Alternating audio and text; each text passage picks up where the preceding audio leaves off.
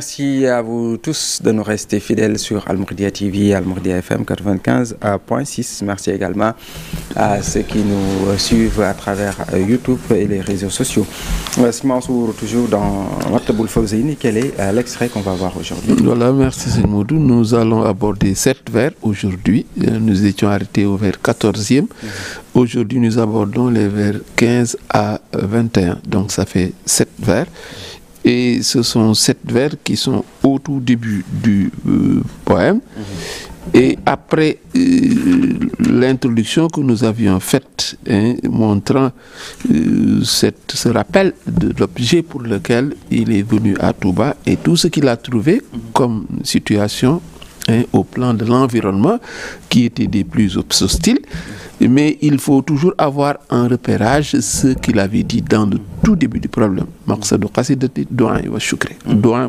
Donc c'est la prière, mais également le fait d'être reconnaissant, l'action de grâce envers son Seigneur. Et on verra que c'est un poème qui est fortement marqué par ces deux domaines. Et c'est comme si le cher, n'est-ce pas, fait des va-et-vient entre ces deux notions qui sont essentielles. Au nom, ne serait-ce que du fait que Allah dit si vous rendez grâce, nous multiplions vos bienfaits.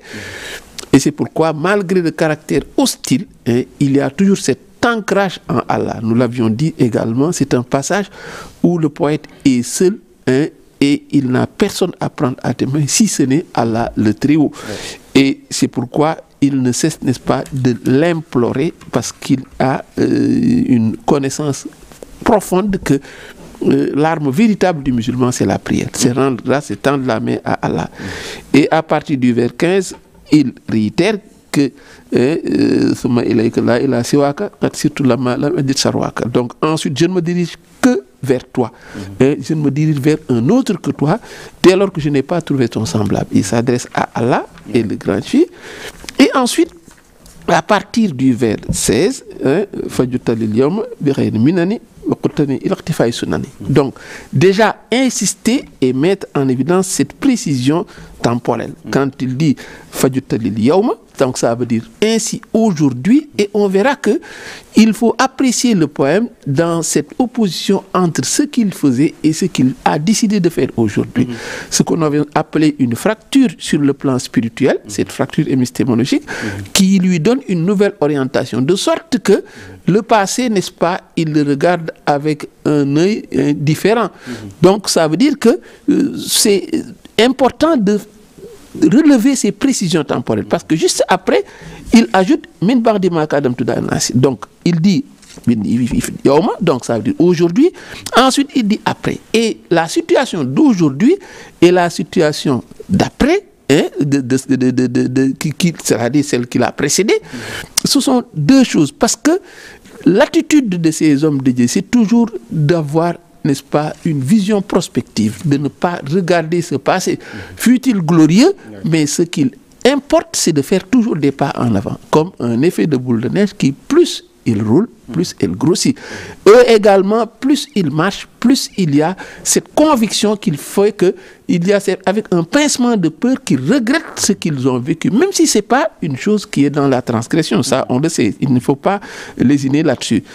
Parce qu'il dit au vers 17, après que les louanges des gens ont failli me faire tomber dans le piège du mauvais conseil, en l'occurrence Satan. On sait qu'il n'a jamais été, n'est-ce pas, dans ce piège de Satan, mais c'est une manière dont il parle pour regretter ce passé. Autant Allah dit au prophète, nous te pardonnerons tes péchés, pour un prophète qui est impeccable, qui n'a jamais approché le péché. De la même manière, le cheikh, évidemment, regrette, ou bien, en tout cas, il jette un regard très, qui ne l'attire pas du tout sur ce passé. Et il ajoute au vers 18,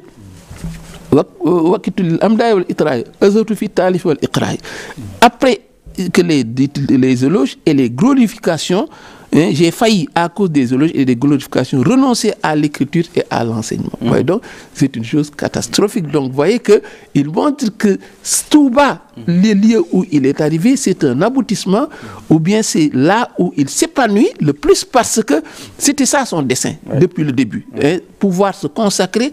Et c'est pourquoi on comprend cet enseignement d'un de ces lieutenants qui disait que l'objet de sa venue à Touba, c'était de fuir les gens et de fuir ce qu'il y a entre les mains des gens. Donc, sa préoccupation, c'était l'adoration sincère, parce que quand il quittait, n'oublions pas que quand il faisait la rupture en montrant aux gens que ceux qui étaient venus dans les desseins d'un simple enseignement livresque, qu'ils aillent le chercher. Ça, c'était en Mbacké Kadior.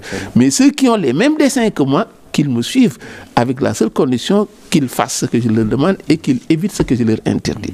Donc, il est toujours dans cette marche spirituelle, ainsi qu'à la recherche du savoir, à l'instruction, à la préoccupation de la pratique de ce savoir.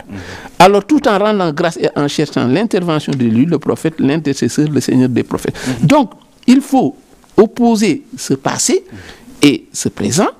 Il faut également montrer que cette marche va se continuer, c'est cette marche progressive, parce qu'au vers jusqu'à ce qu'il atteigne ce qu'on appelle cette fin heureuse. C'est pourquoi on comprendra qu'au vers 235, à la fin du poème, il prie Allah, gratifiement d'une fin heureuse. Donc, parce que quand il marche, plus il se bonifie, parce que le musulman est apprécié par rapport à l'instant présent. Parce que si l'instant passé est peu glorieux, mais s'il se repent d'un repentir sincère, ce sont des mauvaises actions qui se transforment en bonnes actions.